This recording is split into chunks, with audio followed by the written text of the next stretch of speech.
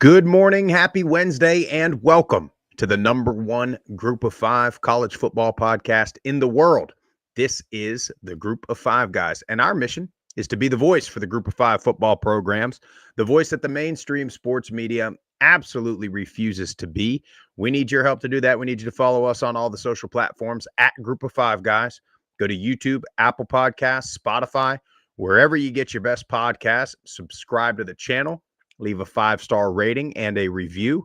Most importantly, tell your family and friends all about us. Or you can download the Varsity app for free and listen to the show on there. On this episode, new CFP poll came out. We have to discuss and recap. We're going to talk about those rankings. We're going to talk about some potential scenarios within the Group of Five and the top teams looking to make a run at this thing.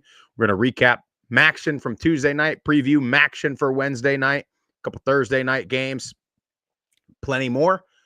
Hope you enjoy the show.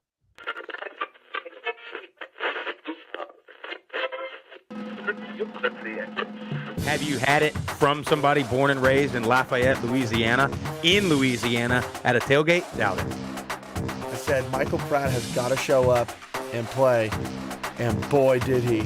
394 yards, 4 touchdowns, 48 rushing yards on the ground, and another touchdown. Projected getting drafted between the first and third round. Like, that's incredible. The wide receivers are absolutely stacked for the Group of Five. Yeah, I really appreciate you do for the Group of Five programs, and I think it's great. I think we should get more of this. But you guys are on the forefront of this, and I'm thankful for this. I'm glad that you're talking about the Group of Five because I think they get overlooked. But it's a ton of fun to watch a guy go to the NFL from a Nevada or a Colorado State or a Middle Tennessee or an App State, and fans follow that kid.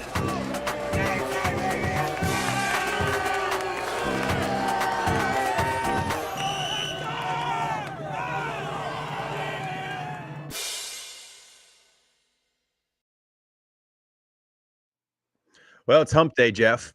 Yes, it is. It is hump day, week 12. Season's almost over, man. Yeah, we got to be careful what we wish for. We've been sitting here, can't wait till this time of the year when the season starts shaking out. You see who's going to be where, who's going to be ranked where, conference championships, bowl season, playoff season. Then it's over. I know. And then you get that January. Yeah, you get that January, February stretch where it's just gray outside, gloomy, raining all the damn time. You got no football. You got to watch midseason basketball. You know what you do have, though, that time of year, Sprouse, the Senior Bowl. Thank God for the Senior Bowl. We get a little bit of football in the spring, but I got my last mow of the season, hopefully, yesterday. Got a little rain on the way today, so. Yeah, I got my last mow in about a week ago. What I'll probably do is one more time hit the edges. Mm-hmm. You want to hit the patio, hit the sidewalk, the driveway a little bit. Got to pressure wash the driveway. Got to pressure wash the patio. Get it ready for the holiday season as we have guests coming in. Got to plant my fall. I'll tell you what, I've never been into mid-November before I planted my fall flowers, but I still got spring flowers. Wow, still blooming. Good roots. Still blooming. Good roots. Well, it's been so damn hot. I mean, it was warm. It's been warm all week. You know what's funny, Sprouse, is you talk about pressure wash, and I know how big you are on pressure washing, especially public spaces. A couple weeks ago, we were walking into the Murphy Center for a basketball game, and on the back side of the stadium, Scarlett looks up. She goes, "You know what? Why don't they pressure wash that?" I said, "You're speaking Matt Sprouse's language, honey." He has been clamoring for a pressure washing for years. For years. I mean, you want to talk about a business model, a little niche you could get in is stadium and arena pressure washing, because it seems like these places don't do it. I mean, you got killing. And then they got to put, sometimes take note of this. Next time you're at a game, anybody that's listening, anytime you're at any kind of sporting event, if they have their advertising banners right up against the wall, chances are that wall's got some rust dripping up, some rust stains dripping down. Chances it's got some years of mildew and probably mold. I mean, it baffles me, dude. You got to pressure wash. I mean, the amount of people and trash and dirt and debris and beer and soda and juice and chips and nacho cheese that are spilled in a stadium on any given Saturday, you got to pressure wash. I mean, how can you not? Yeah, you need to disinfect the place. No doubt. And you probably, for the arenas, like I get it. You don't want to have somebody climbing up on some kind of thing to get certain spots, but chances are you just get a little soft wash and you don't even have to get the pressure wash up there. All you got to do is spray and rinse. Read the bottle, spray and rinse, and watch it wipe clean or whatever. Down, yeah. I mean, it's crazy to me but it is. On a serious note, it is.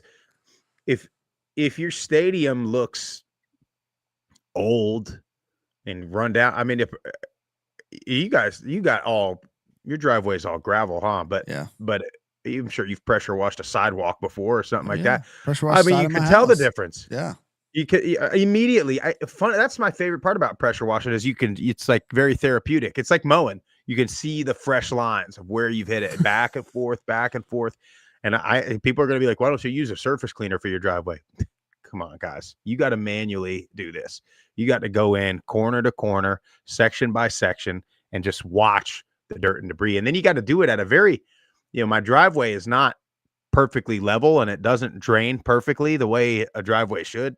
That's a different story between the builders of my home, but you got to continuously rinse where you've already pressure washed. Otherwise it's all going to go sit in that one drainage spot and then you're going to have a worse problem. So the things that make Matthew J. Sprouse tick, let me tell you. Yeah, I almost got on the HOA board this year, Jeff. Oh God. I have definitely become like the neighborhood because there's a few of us out here trying to like the dad. I yell at people when they speed and which that is a problem, but it pisses me off when I I mean, you remember I told you I had to go fix the damn stop sign because know. the city of Columbus wouldn't do it. We had a car or something hit our stop sign, and the city takes 2 weeks to come out there and put it back up. When they finally put it back up, they have the street signs facing the wrong direction. So Not all, I gotta not go all out there. hero wear capes, Sprouse. They don't. Well, somebody's got to do it. Anyway, yeah, pressure wash your stadium. But Jeff, before you do any pressure washing, if you do it on a Saturday morning or a Sunday morning, make sure you get up with a nice hot cup of Deca Gray Coffee Company. I saw you got a shipment in yesterday, Jeff. Yes, I did. You guys make sure you visit decagray.com. You can get you the Group of Five guys custom game day dark roast, or they've got all the other flavors on there. They've got the Christmas flavor in. They've got the pumpkin spice flavor. Saw where you got the mocha, Jeff. Mocha Mars, drinking it right now as we speak. They got every blend you can imagine. Light roast, breakfast roast, medium roast, dark roast, all of the above. Check them out. It's all very good coffee. Smells fantastic. Tastes fantastic. Visit decagray.com. Use our promo code GOFG. 10% discount plus free shipping. Now, I feel like Skip Bayless. That's what he always does when he has a big point to make. And then he shuffles his stack of paper. CFP came out. Boise 13, Army 24, Tulane 25. Happy to see Tulane crack the top 25. Unhappy to see an undefeated Army at 24 in the country, and a little disappointed to see Boise State drop a spot. Now, you know, Boise State didn't look great against Nevada. And what they do, they jumped Ole Miss in there after their win against Georgia. Now, where was Georgia at? I want to say they were around 5 or so. No, they couldn't have been that high. Just lost. But anyway, here's the thing. The problem is they're letting these teams continue to lose and continue to stay in the top 10. And my thought on this is, if you're right now Alabama, Penn State, Ole Miss, they're in such a good spot because they're already in, but they're not going to have to play a conference championship game. So they're not going to risk another loss. The only thing that they're not going to get a bye week, but the only thing that they risk is potentially having to go on the road, which, you know, could be challenging, especially if you look at somebody like Alabama or Ole Miss if they had to go to a Penn State. I think Penn State's in that. Penn State is in that sweet spot that preseason everybody was talking about Notre Dame being in, where they're going to potentially get the 5. They're going to get a home game. They're going to play, you know, a 12 seed who the pundits think is going to be the Group of 5 rep. So, you know, Boise State at the moment. But it could be anybody. I mean, you could have, I don't know, SMU or Miami sitting down there somewhere. You could have any of the SEC teams, or if they have to go up north like that, it can be tough for them. But I think it's, you know, right now, Ohio State's the 5. But as it stands right now, if Ohio State beats Indiana, they'll have to go play a Big Ten championship. So theoretically, they lose to Oregon again, and they're not going to be 5. But then there's going to be Penn State, who doesn't have to play Oregon, who's going to just be sitting there at 5. So that's where I think this committee stuff, it's and especially now that we've gotten away from divisions. Yeah. Because you're not going to have, you know, in the past, it would be, let's use the Big Ten, for example, right? It would be like Ohio State would beat Penn State, and then Ohio State would play like Wisconsin or Iowa in the championship. But everybody knew Penn State was the second best team in the Big Ten. And so you could have done that if you had divisions. But now you're going to have theoretically the best 2 play each other, and the second best might have a second loss. And so the third or fourth best is going to be ranked higher than the second best simply because they don't play that game.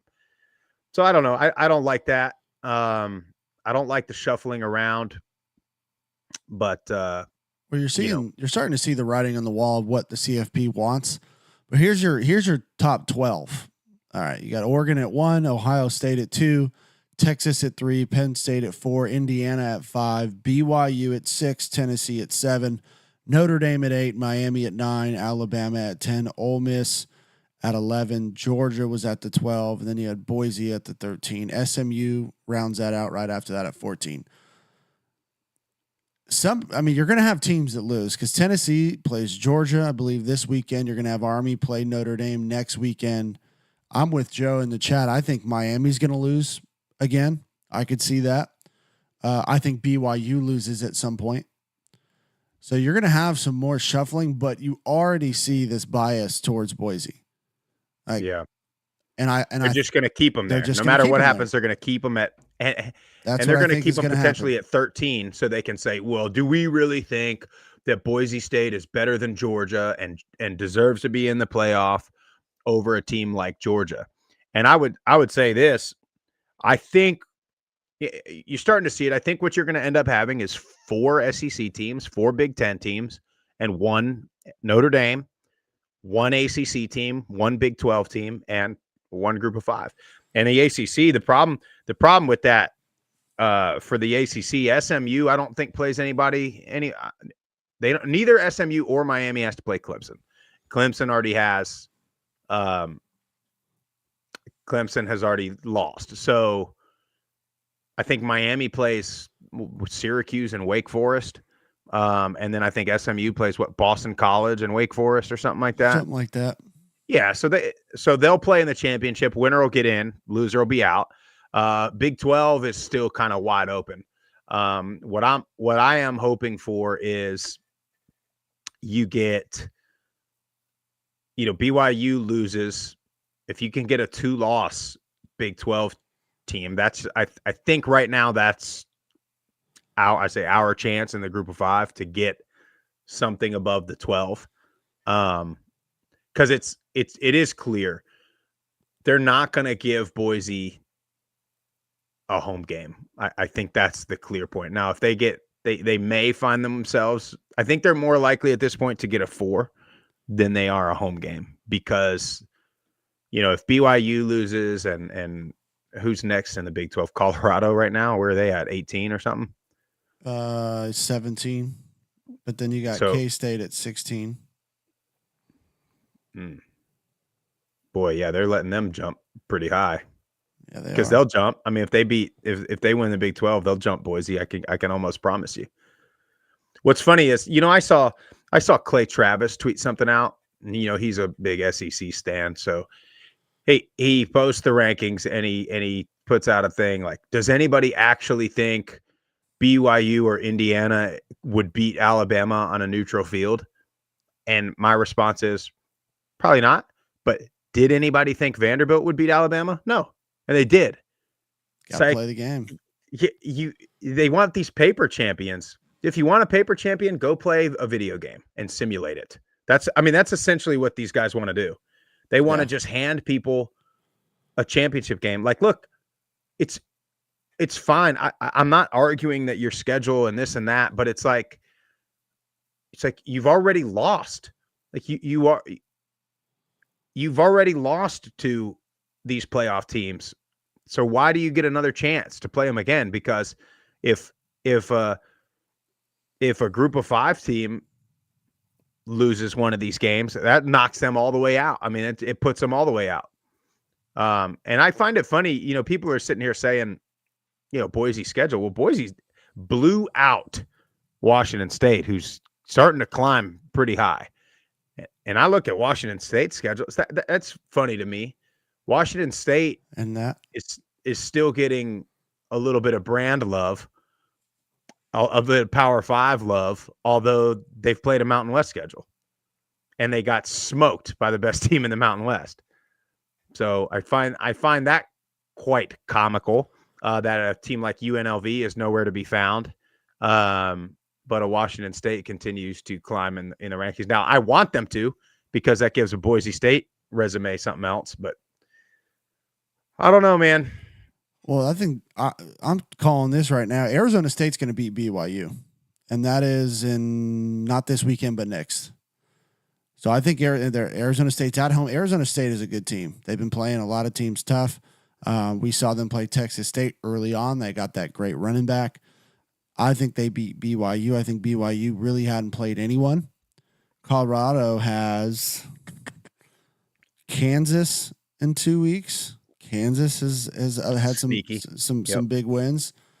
So I think it's very plausible if you're looking at the rankings that BYU is going to drop. I think you could have Boise get the 4 seed. I really do. Yeah. They need some help. Yeah. You But need some what are help. you going to, I mean, if you got BYU will lose to an unranked Arizona State. Colorado might lose. So let's say you got Kansas State who ends up winning it. Is Kansas State, who's ranked behind Boise right now, all of a sudden going to jump just because they may win the Big 12? Well, because See I what don't I'm saying? think they should, but yes, because they'll beat BYU or whoever, another ranked team in the conference. Yeah, but championship. BYU is going to drop. If they lose to unranked Arizona State, they should be right. Should be. 17, 18 in my, you know what I mean? Should be. Yeah. Yeah. Because who are you going to rank them higher than? You're not going to do SMU. You're not going to do Texas A&M. I mean, you'll be right around the other teams in your conference. And that's the key, right? Is it's Boise doesn't have to be ranked. They could be ranked 13 and get the 4, so long as BYU or whoever is 14 or below. Exactly. Yeah, I mean, that's kind of what I'm rooting for at this point. You know, we talked about it last week. The bye week to me is not something you want to have, because you got to think about this, Jeff. You're going to play December 7th or December 6th, I think, whatever that first weekend in December is. And then if you get a bye, it's not a bye week, it's a bye month. Yeah. You're not going to play again until New Year's. And if you don't have a bye, even if you play in the conference championship game, you're going to play that first weekend in December, and then you're still getting 2 weeks. You're still going to have 2 weeks before that first round of the playoffs. And then if you win that game, you're still going to have another week and a half before you play in the second round. So I got to tell you, man, I don't think you want to have 3.5 weeks off or 3 weeks off, because a couple things. It's so hard to stay locked in, game prep, all those things. I mean, you see how bad teams play after just bye weeks in general. Yeah, you want to get guys back, but you can get guys back healthy in a 2-week window. You know, it's not necessarily, but then what else do you have? Then you got 3 weeks of, hey, you can get 100K over at so-and-so school. Hey, because you promise you they're probably going to get to go home for a weekend or something. You're going to have the high school friends. You're going to have that. You're going to have, by that time, your coaches' rumors are going to be swirling like crazy. That coaching window, that coaching carousel is going to be wide ass open. So you're going to have all these coordinators, all these head coaches, rumors of them leaving. And so, there's all these distractions that can come up where even if I get it, they might come up. But if you're just practicing, you got a game, like you don't have enough time to sit there and let's just pretend, let's just play hypothetical. This is all this is. Let's just say, your Dirk Cutter or something gets a call to go be the OC at, I don't know, USC or wherever, Oregon. I don't know. It's like, let's say he takes the job, but he's going to stay and finish the season. Okay. Well, now you got, Genty's an NFL guy, but now you got, Malachi Nelson, right? Meeting with him every week. I starts thinking about, then his parents, hey, coach is leaving. You going to leave? What? You get all this stuff that's going to start happening where if you're just playing every week, these conversations aren't, you just don't have enough time. Yeah. As much time to have those conversations. So I don't know. The home game to me is best case scenario, but I think that's pretty unlikely for Boise at this point. And then it's very unlikely for Army or Tulane if they find themselves in the mix. Yeah, well, that scenario you're talking about, we saw that last year with Tulane and Willie Fritz going to Houston, and just how that, it really just kind of ruined for me. Yeah. Sort of the end of the season, especially for them. And the last thing I'll say about the ranking in the Big 12 is I think it's very likely because Colorado State finishes the season. They're at home, but they play Oklahoma State. And then Kansas State plays. They got to go at Iowa State. So you got a lot of shuffling around that's going to happen in the next couple of weeks. I think it's very plausible, as long as Boise takes care of business, that they they can get the first round bye. Not that I want that, but I'd rather see us in and higher than the 12 seed. Well, because you don't want to get in and no, we're not. Don't get me wrong, we're not scared of these people, whatever, but you don't want to get in and have to go to Happy Valley in the first week of the playoff and play at Penn State. Now, here's the other thing. If somehow, like I was sitting there thinking about that yesterday, any of those Big Ten or Boise or Army, a game there in December, I mean, that's going to be, all these QBs that want to throw it around, or all these OCs that want to throw the ball all over the place. That's the thing. And that's the thing that you're risking with not being in the top 4. So it's like, you'd like to have a home game, but you're risking having a road game somewhere that's not going to be conducive to the way that you play. Now, if you're Boise, your style of play, it probably benefits you. You're going to run the ball anyway, but, so very interesting. I think where we're at with this, Jeff, is I think you're going to end up getting 4 SEC teams. You're probably going to have Alabama, Ole Miss, winner of Georgia, Tennessee, and winner of Texas A&M. I think that's going to be your 4 SEC. And I think you're going to have the Big Ten, Oregon, Ohio State, Penn State, probably Indiana. I mean, even if Indiana loses to Ohio State, if it's close, I mean, how do you knock them down? How do you drop them down past 12? Well, based off of what has happened over the last couple of weeks, they won't. But they might, because Indiana's not a brand like Ohio State is. That's true. So that's something to keep an eye on. We'll see what happens with that game and how far either of them drops. I would predict if Indiana beats Ohio State, it's a close loss to a top 5 team. Let's keep them at 7. If Ohio State beats Indiana, it's going to be, we knew Indiana wasn't that good. We knew they hadn't played anybody yet, and they'll drop them way the hell out. That's my prediction. Although Signetti brings some controversy, I guess, to the playoff, people might like that. Bring some fire, a little bit of fire there from. But then I think you're going to get. So I think you'll get 4 Big Tens. I think you'll get SMU or Miami, whoever wins the ACC, and then I think you'll get the Big 12 champ. You'll get Notre Dame, and you'll get one Group of 5 team. But we did have a fantastic interview last night that will drop tomorrow. We interviewed AAC Commissioner Tim Pernetti. We had him make his argument for Tulane or Army to make the CFP. So, Jeff, I know you've got a clip for that portion of the interview. Our argument is going to be very, very succinct and very, very clear. Let's take Tulane as an example, and I think these are the two, you're absolutely right, are in the conversation.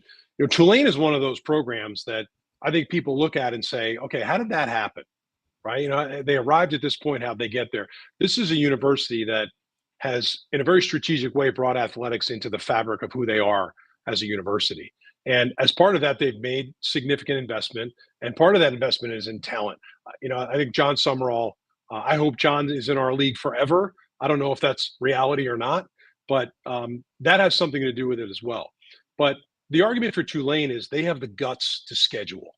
And if you look at what they've done out of conference, I think that's important. The pundits will all say the same thing, guys, which is, okay, well, they played Kansas State and lost. They played Oklahoma and lost. Fair, okay, but I don't know that everyone has the guts to schedule in a way like Tulane does.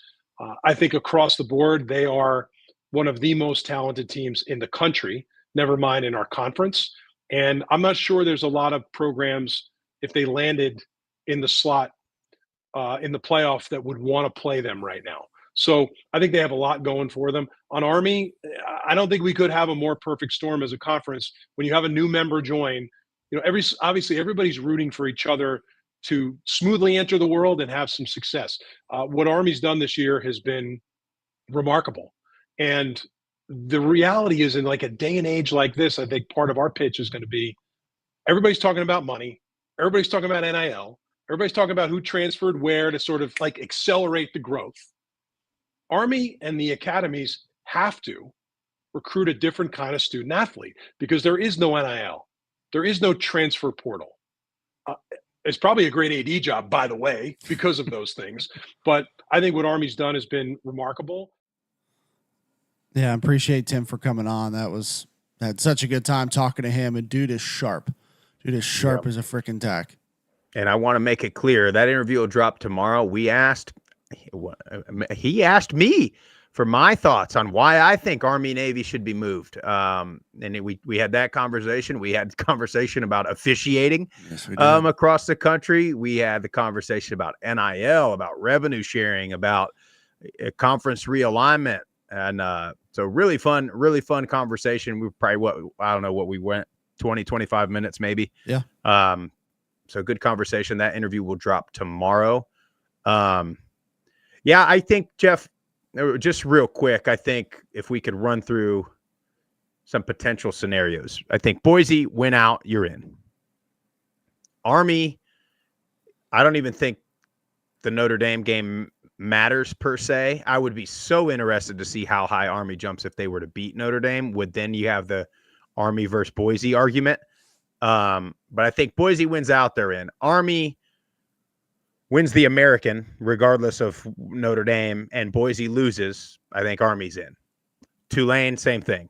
Win the American, Boise loses, they're in. Then I think you go to Louisiana, where I think if you're Louisiana, you hope for I think you hope for Navy to beat Tulane this week and a Navy American champion, and then a Colorado State upset of Boise. West. And then I think Louisiana's in. I think Navy would have to root for everything I just said about Louisiana, and a Georgia Southern or a Marshall win the Sun Belt, and a Colorado State Mountain West. And then I think UNLV has this very outside shot of if Colorado State loses in the regular season and they go beat Boise State in the Mountain West Championship, and you get a Navy American champion and you get a Marshall or Georgia Southern, I think you could have a very good argument for UNLV over Navy, just based on a Boise State win. They've got they won 3 out of 4 Power 4 games. And honestly, man, if this is about who's the best team and you look at eye test, I mean, UNLV's, you could argue top to bottom is as good as any of, I mean, yeah. To me, UNLV and Tulane, top to bottom, from the quarterback to the running backs to the receivers to the defense, especially, are the most balanced top to bottom. Boise has the best player. Boise has a very good running back, a very good offensive line. They got some dudes, with Hassanin on the the outside rush. Boise's there, but a little concerned with off the Boise fan base. Yeah, well, look, they get pissed a lot. I've noticed they get upset. These typically good teams, their fan bases are the most. It's like you engaged. Can't say anything good about anybody else. I tell you, the argument right now of Boise and Tulane on Twitter is pretty fun, going back and forth. Now, guys, here's what I see it happening. I see it right now. Okay, Tulane fans, if Boise makes the playoff, you got to root for them. Boise fans, if Tulane makes the playoff, you got to root for them, because as much as you don't like it, the whole all 5 conferences their opinion is based off of what happens with the best team, with one team. And so I think we need to keep that in mind, because I already see it happening where some people are going to think, well, we deserve to be in there, so we're not going to root for so-and-so. It's going to be interesting too, is if we get the rematch of UNLV Boise, if UNLV happens to win and you get a Tulane winner of the American, you're going to have both 2-loss conference champions. Who does the committee put in? I want to say Tulane's the one that's ranked right now. Well, I know that, but you would just have had UNLV, who was ranked earlier in the season, beat the number 13 or 12th ranked team in the country, and they both have 2 losses. I don't know. And Tulane's 0-2 versus P4. I think they still give it to Tulane, mainly because of the brand. But yeah, that'll be the easy decision. because Tulane will, now if Tulane is still ranked like 24, 25, I mean, you don't really know. Does the committee sit there like in the AP? You would see, receiving votes. They're next. They're 26 or 27. Yeah. You don't really know that with the committee. So are they having? Probably not that conversation. No, now they don't care that much. Tulane brings they've done it before. Little bit of a brand of national awareness. UNLV brings the storylines. They bring, the go-go offense. They bring the, technically backup quarterback doing all this. But anyway, long way to go. It seems like there's only 3 teams with a shot. It seems like Boise State's just going to waltz in there. You never know. I mean, hell, Boise mess around like they did last week. They might lose before the championship game. Then you got all kinds of scenarios open up. All kinds of scenarios. So anyway, but make sure y'all check out that Tim Pernetti interview tomorrow. Gonna be really good stuff. A little insight on future of college football, current state of college football, where everything's going to end up and what's going to be some of the criteria. But we had some football last night. Jeff, I have to make an apology. I really do. And I have to make an apology to the Western Michigan fans and to Hayden Wolf, because I did not mention that man until 8 games in. This guy had 15 touchdowns and 3 interceptions on the year. And then I told everybody to start watching him. And since that time, in the last 2 games, we have 1 touchdown and 3 interceptions. I think what you could say with Western Michigan is this is an example of they jumped out to a really nice conference record because they hadn't played the best teams in the conference. And now they've played 2 of the good ones in a row, and they've lost both of them pretty handily. But Bowling Green, man, stars were shining, buddy. They got some. Bowling Green is a really, really good team. They sure do. They sure do. From Harold Fannin went over 130 yards. Terrion Stewart went for 150. I mean, that was their offense. I don't think they had anybody else on offense go over like 30 yards. I think it was 287 out of 400 total yards. Yeah. I think offensively for Bowling Green. But just played really clean football. No turnovers, and then their defense gets 2 forced fumbles and has 2 interceptions. That's a recipe for winning football right there. And Bazelak, when he was the guy last year, he looked very inconsistent. This year, he has played very, very well, pretty much, for the most of the season from game in and game out. He's played well, protected the ball, has been efficient, and that's what you need in this offense, especially when you got guys like, NFL guys like Harold Fannin Jr., Terrion Stewart. Just play point guard. Just don't screw the thing up. Make throws when you have to. And I mean, right now they look like the favorite in the MAC, especially after us seeing them with the eye test a few weeks ago at Toledo. Big offensive line, athletic offensive line. As long as they play their game, they're going to be in that MAC championship game. I hope we get, and I think we will get, a couple Bowling Green guys at the Senior Bowl. I think Fannin, if he's not like the surefire tight end 1, I think he'll be there. But he's pretty well known at this point. And then Terrion Stewart, I'll tell you what, if you get a chance to look at that guy, I mean, he can't be but like 5'6", but I'm talking about that dude is thick, and he is built, and he runs calf test check. He passes every damn test. A little bow-legged. You got them bow-legged. I mean, that's old school now. You remember Pee Wee ball? You see some kid that's bow-legged, and you're like, kid can run. I can tell you that right now. Yeah, dude. So I hope he gets a Senior Bowl invite, and then I hope we see some of those O-linemen, especially the center I like. But Bowling Green rolling along, and then Toledo rolled along, and it's funny, man. It's so simple, right? Tucker Gleason didn't turn it over, and he ran it pretty well. And that's your game. Toledo rolled. They had a pick 6. They had all kind of stuff. So they played well in every facet last night. Yeah, and shout out Anthony Dunn Jr. has 2.5 sacks last night. Nasir Bowers has a pick 6. So in all 3 phases of the game, Toledo looked good. I wonder how much, you saw that story about McElwain come out, and Who was it? Connor Stallions. How Central Michigan is going to get the blow from this thing is baffling. Connor Stallions is coaching high school football right now. He's coaching a quarterback that, if I'm correct, has decommitted from somewhere and is now like leaning towards Michigan.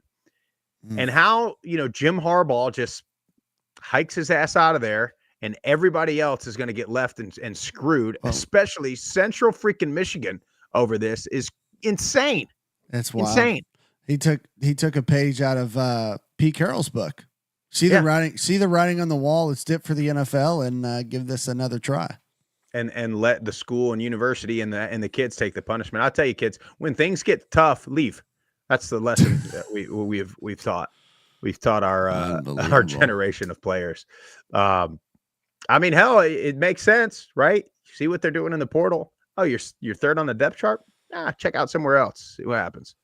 Oh, you're about to get a scholarship reduction at your university. It's going to be tougher for you to recruit. Go to the NFL. Check that out. Leave everybody else behind. That's a smart way to do it. Anyway, game of the night was Ball State and Buffalo, Jeff. And Buffalo kind of 99 points scored. Back and forth game. Buffalo goes down big, comes back at the end. They go to overtime. I mean, that was that over you've been talking about with the MAC. That MACtion over, Buffalo early on, they were down by 3 scores at one point. And Ogbonna had 2 interceptions, but ended up having 5 total touchdowns on the night. Big overtime pass to win the game, touchdown pass. AJ Henderson, 27 carries, 125 yards, 2 touchdowns. So, Buffalo rallies back. Man, Ball State, at times they look good. And then they got that tight end too. Yeah. And then they just turn the ball over. Whether it's fumbles, interceptions, like if you would just play a little bit cleaner football, it seems like that's such a hard concept. Hold on to the damn ball and don't throw it to the other team. But man, teams struggle with it. Well, it's an epidemic. You've seen the quotes from, they're asking Kirby Smart about it. They're asking Kirby Smart, did the NIL get to what's his name's head? Yeah. I mean, it's not necessarily the case for these guys, but it is very strange. I'd like to go check out a high school game and see what kind of offenses they're running to and see the development there. But again, it's like we talked about on Monday. What do they do? What are they doing now in coming up in high school? It's almost they've made where in basketball, AAU has become more important than playing for your high school. They've almost made these 7-on-7 teams to be the thing. And that's where, that's where these people from Rivals and On3, they're going to a 7-on-7 tournament and giving a kid a recruiting star. It's like, guys, a lot of people can play 7-on-7. I'm not trying to downgrade your position there, Jeff, but there's a lot of QBs that can play 7-on-7. Whole different animal when you put some shoulder pads on, when you got somebody in your face, when you're having to make reads. I mean, you look at Pro Day, Zach Wilson makes a throw running across the field and everybody drools over him. And it's like, well, he's got no pad. He's got a t-shirt on. Like, what are we doing? It's so much more. It's so much more than just being able to get out there and throw routes on air. Like having the intangibles, in my opinion, is what makes like good quarterbacks, great quarterbacks, and ones that can play the position for a long time. And you're just finding more and more, like you can't just stick anybody there because they're not a leader of men. They're not willing to sacrifice. They're not willing to take responsibility and blame, even when it may not be their fault. Like I can't tell you how many times I threw perfect footballs and my receiver dropped it and I'd go, hey, my bad, I'll get it up. And it's just like, you got to be able to play like therapist mid-game with all other 10 guys on the field. And hell, honestly, more than that, because sometimes you got to go talk to your defensive guys. But it's just so much more than that. And you're seeing, the darling of last year's draft, Caleb Williams. How's that going? Boy, did I not? You're so happy to see that, aren't you? I'm not happy at people's demise. I'm happy the fact, I'm not even really happy. It sucks because the people who are saying that this guy's going to be a great, great quarterback in the NFL, that he's got all the tools. He's going to be the next Mahomes, which is such a ridiculous statement. Like, he's not. And you're anointing somebody before they step foot on a football field in the NFL, which is a different animal. Like, you have to be able to process information. And when I don't see it on the college football field, because you can get away with it in college, you can't get away with it in the NFL. And that's what you're seeing. He took 9 sacks on Sunday. Why is that? Because he's unable, and it's not really his fault. He hasn't been taught to do it. You have to be able to throw in rhythm, on time, know what you're seeing, and running around in the pocket trying to slide this. It doesn't work in the NFL unless you're just a freak athlete like Lamar Jackson, which Caleb Williams is not. He is not as athletic as Lamar Jackson. And Lamar Jackson has worked really, really hard to be able to play within the pocket. But these quarterbacks that want to run around, a.k.a. Cam Ward, Shedeur Sanders, in college and just throw deep balls and get away with it and get lucky, those are interceptions or sacks in the NFL.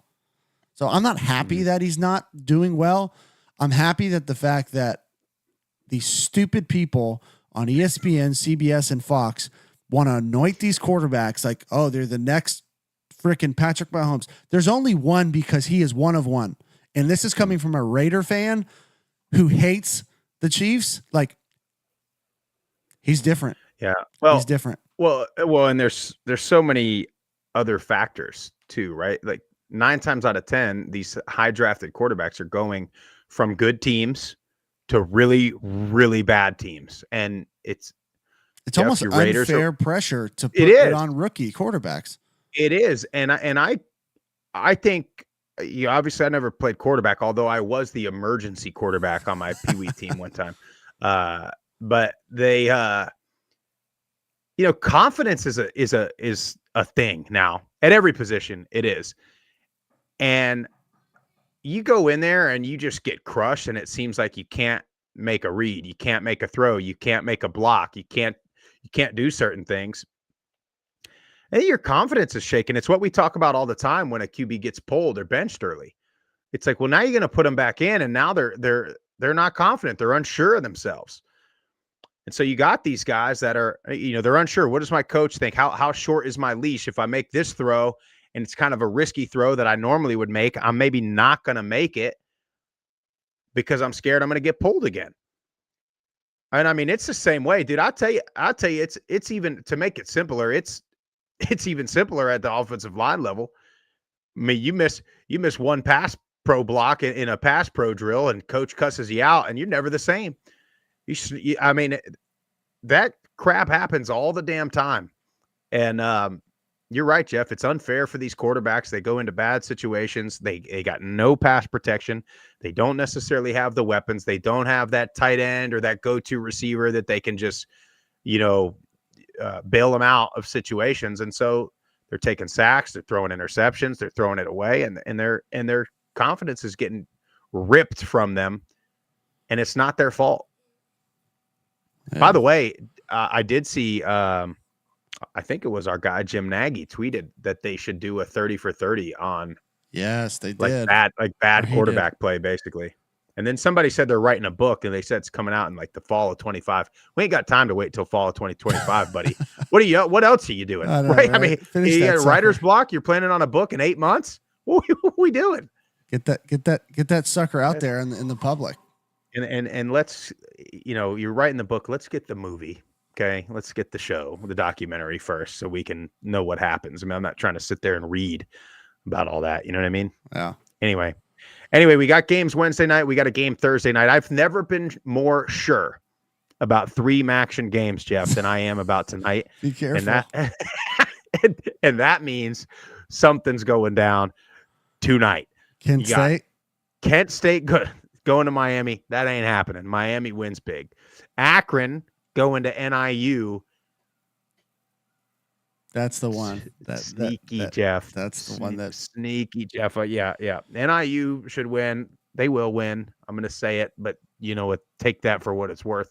And then Eastern Michigan going to Ohio. I think Miami and Ohio and NIU and Bowling Green. I think you're starting to see that top half of the MAC separate itself a little bit. So I think you'll get another example of that tonight for all 3 of these games. Yeah, and especially that NIU game, that's a big game for them. They cannot drop another game. They still have an outside chance to make the MAC championship, but they gotta win out. But Ethan Hampton, can he play efficient? They're going to run the ball, play good defense, try and limit, Akron, which in theory should be easy.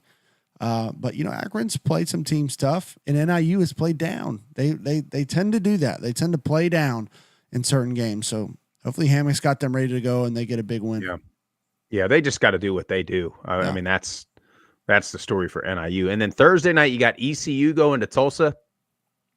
Not a whole lot of teams playing better than ECU right now. And who do they? I tell you what, who do they have left on their schedule? Because I don't think they have any of the top teams in the American. I don't believe they have Tulsa, obviously, at North Texas, and then at home against Navy to finish the year. I mean, Navy will have already played Tulane, but that's a game to watch out for now. ECU's playing really well now. If they go, granted it's Tulsa, but North Texas is a good team. Navy's a good team. If they figure out to go 2 out of 3 on these, or even 3 out of 3, I think you got to look real hard at that coach getting the permanent job. Oh yeah, 100%. I think you do. But that's it. We have one voicemail only. Correct.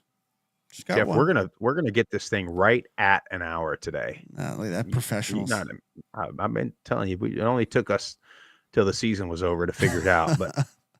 But hey, let's get that voicemail. Look, you guys keep calling that hotline at 615-900-4286. We need some raw emotion, right? I want to hear a different playoff scenario than what we rattled through earlier this morning. But let's hear what we got, Jeff. Hey, Group of 5 guys. Sidelines Army here. Just listened to your show from Monday. Great show again. Just want to say on a personal note, keep the conspiracy theories coming. I love all of the discussion about what the college football playoff is going to do and why and how they're going to make sure to keep all the big brands in and keep all the little guys out. I just want to touch base on that Army win over North Texas. I do not think Army is getting enough credit for this. The North Texas offense was such a powerhouse. Army was able to enact their game plan. North Texas only had 6 drives. They would have had to score a touchdown on every single drive to maintain their average points per game. They left with just a field goal. Army's offense, they played that conservative run game, and it only got them 14 points, but 14 was all they needed to win. It was like we saw against Air Force, where they came up with a game plan where they said, we might not have a knockout punch, but we're definitely not going to lose this game. We're not going to let it get out of hand. I mean, North Texas gets that opening field goal. What's the first thing they do? They go for an onside kick because they know that's what they have to do if they're going to try and win this game. They didn't even come close. Army had a 4th down goal line stand in the first quarter. They had 2 interceptions in the red zone, in the end zone. I mean, this was an absolutely thriller of a game, and Army's defense is not getting the credit that it deserves. All right. I just want to say we're on a bye week this week, but we're going into Yankee Stadium against Notre Dame on 2 Saturdays. I think you can expect Army's playbook to open up a little bit because Notre Dame is going to be selling out to try and stop that conservative offense, that game plan that we used to beat Air Force, to beat North Texas. So I think you're going to see us open it up a little bit here. And I expect that this week, college football playoff rankings, I think they're going to drop Notre Dame down. I think they're going to find a way to make sure that Ole Miss and UGA are above Notre Dame. I think Notre Dame's going to drop. I think that hurts Army because if we get that win, it's not going to be as impactful. We just got to see how it goes. I am all in for Boise State and Army both making the CFP this year. Go Army. He's got some great points in that call. Yeah, he's spot on there. That defensive performance against North Texas was honestly phenomenal. Well, and we've, to our credit, I think, since like week 3 or 4, when you really started noticing Army and Navy, that's what we said why we thought Army was better. So their defense is a little bit better. And but I tell you what. Yeah, I mean, 3 points for North Texas. This is a team that had 14 points on 2 plays in their game against Memphis, right? Yeah. So I mean, they've been dicing everybody up. They've been scoring points. And so, yeah, you got to give credit to Army's defense. Now, can they do that? Again, can they replicate that against Notre Dame? I wonder if is that a potential game day slot? You would think. Who else? But there's you probably got to be somebody. Plays. There's got to be somebody else on that week. But they love Notre Dame. Yes, they do. And they can pretend. Sorry, I don't. Well, here's the deal too. To be patriotic and stuff. Let's say they get past Notre Dame, which I hope they do. That next week UTSA game, Pernetti was talking about it. Yeah, you have the potential because UTSA has been playing a little bit better, but you just have that emotional letdown. But they got to get past Notre Dame first. But I could see it. It happens. See it a lot. Big win against a ranked opponent. Yep. Next week, you have a letdown. The only other game that week is Indiana at Ohio State, which would probably be a game day thing, except for they've already been to Indiana. Have they already been to Columbus? I don't think they've been to Columbus yet. So that's you can almost book that's where they're going. But they've been to Indiana but they've already seen Ohio State, right? Didn't they go to Penn State, Ohio State? Yes. I don't know, man. You could go to, and they could, ESPN, they could really pull the strings of patriotism and all that stuff. They normally do one, don't they? Well, they normally do like an FCS game. Yeah. Where they'll go to Montana or something like that. And they typically, like they've been to James Madison. They went to Boone. Fun fact, they came to Air Force. Navy played Air Force. This would have been my freshman year. They came and they did it. Yeah, it was different. He's not a big crowd. Not a big student drunk fest. But I think that's interesting about where they put, where Notre Dame's going to be sitting before that game and what they do but here's the thing though. I don't know that they can drop them too low and risk them losing and then having to drop out. I think you're going to try to keep if Notre Dame loses, they still have a playoff shot. That's kind of where I'm sitting there looking at it. Here's Notre Dame with your losses being NIU and Army and not a conference champion. Now that's the other thing. We keep talking about for the group of 5 to get 2, you'd have to be ranked ahead of the Big 12. It wouldn't get the conference championship slot, but you drop Notre Dame out of there. That's kind of that weird at large, everybody just penciled Notre Dame in. Well, they would never do it because they don't want to, they just don't want to do this. But let's just say you get the BYU loss, right? Mm-hmm. You get losses by BYU, Kansas State, and Colorado, which they would have to drop. The winner of that, 17, 18, maybe somewhere in that range. Army beats Notre Dame, knocks Notre Dame out, is higher ranked than the Big 12 champion. And you get, would you get 4 and 5 or no? Well, 5, you wouldn't necessarily get 5. You'd get 12. You'd get 4 and 12, depending on how high they ranked Army. Okay. Now, and the Big 12 gets left out altogether. That's what I'm saying. Is that which is by rule they could. Rule. Everybody thinks that it's not that, but that is the case. Now, Jeff, hear me out. Hear me out on another one. Here, where's my tinfoil hat? Put the tinfoil hat on. Let's just say the Fighting Cam Wards and Miami go to Syracuse and lose. And let's say SMU goes to Boston College and loses. And now you have, and your scenario, like you just said, with the Big 12 happens. And then you have a 2-loss ACC champion, a 2 or 3 loss Big 12 champion, an undefeated Army American champion, and a 1-loss Boise State Mountain West champion. Now, come on, theoretically, you're looking at 3 and 4, cuz. And call me crazy, Jeff. You're crazy. We might have a 2 or 3 loss SEC champion. Now they'll be ranked in the top 4, but they could be 4. You could have a 2 and 3. I mean, it's still the 5 highest ranked conference champions. Yes. And the 4 highest ranked conference champions are 1 through 4. That doesn't matter if they're ranked 1, 2, 3, and 4, or they're ranked, 5, 7, 9, and 17. It's the 4 highest ranked conference champions are the top 4 teams, and the 5th highest ranked conference champion is wherever they're at, 5 through 12. So if they're ranked 5, they're 5. If they're ranked 8, they're 8. If they're ranked 20, they're 12. So let's do it. I want it. I want all the chaos of the next 3 weeks in the Big 12 and the ACC. Buddy, give me number 12 Miami going to number 5 West Point in the middle of December. Cam Ward outside. No, he'd have a panic attack. Oh my gosh. He'd be so cool. But listen, I've said it before. I'll say it again. I've been a Miami fan my whole life. They don't ever win bowl games because it's always cold. That's the only reason everybody was looking at their schedule this year thinking like, oh God, do they have to go to Pitt or Boston College late in the year? Because that's when they're going to lose. They don't ever win. So you do them. Give me Ole Miss going to Boise. Give me something like that. I'm telling you, we got a chance, Jeff. Either way, we got a chance at this. But hey, great call. We went off the rails there a little bit, and now we went over 1 hour. But thank you guys for listening. Thank you for watching. Guys, we need your help. We need you to share this.